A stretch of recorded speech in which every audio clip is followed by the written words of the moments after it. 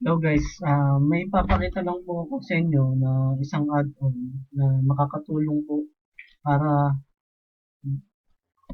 mas mapadali yung pagta-transact lalo na sa sales. Kasi may mga senaryo na mahina yung internet o kaya walang kuryente kaya hindi napaprocess yung mga transaction.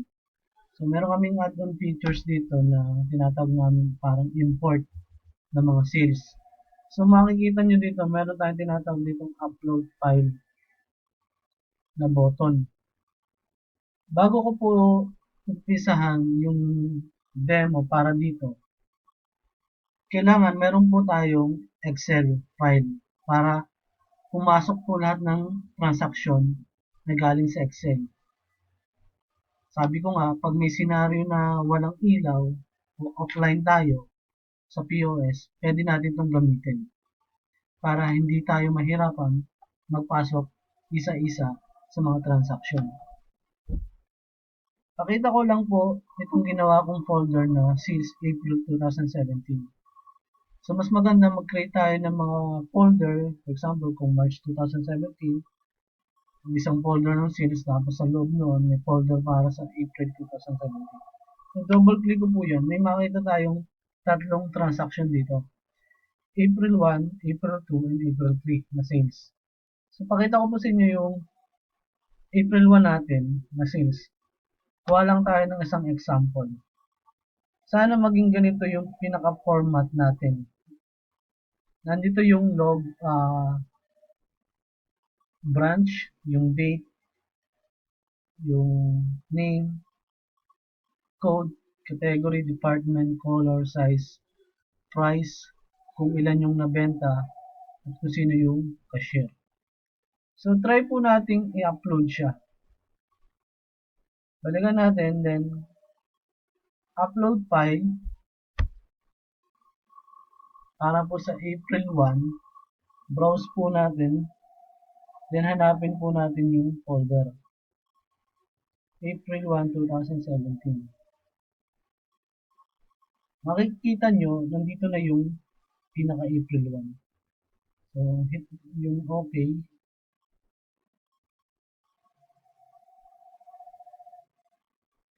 Then, refresh. Ito na po yung naging transaction ng April 1, 2017, invoice number 001. Havana Summer Blue, 15 yung quantity na nilagay natin. So, yung size niya 7. Walang discount, 150. 150 times 15 sa 250.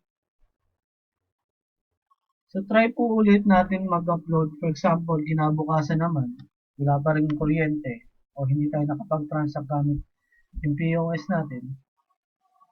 I-upload po natin yung second file. Browse natin yung April 2. Then, okay. Then, refresh. Ito po yung naging transaction natin noong April 2. Ayan po yung pinaka-invoice. So, Havana 7, 150. Then, yan po yung quantity niya. Then, yung final natin ay upload na ay April 3.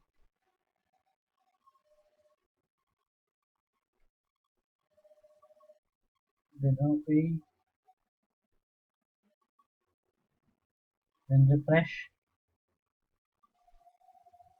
Yan po. Yung April 3 natin. Then, pwede mo siyang i-void. Kung may mali kayong transaction na ipasok sa Excel, tick nyo lang, then void.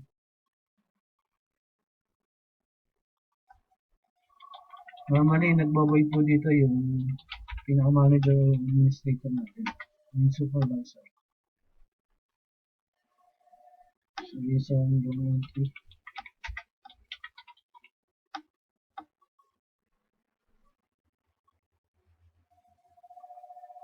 So, yan po, voided na po siya. Then, nandito rin kung sino yung nag-void at yung pinaka-reason natin. Ito na po yung pinaka-isang upload file natin na sales import kung tawagin. So, sana may matutunan kayo. Kung may mga tanong kayo para dito, o modification, kontakin nyo lang po yung support team namin. Salamat po.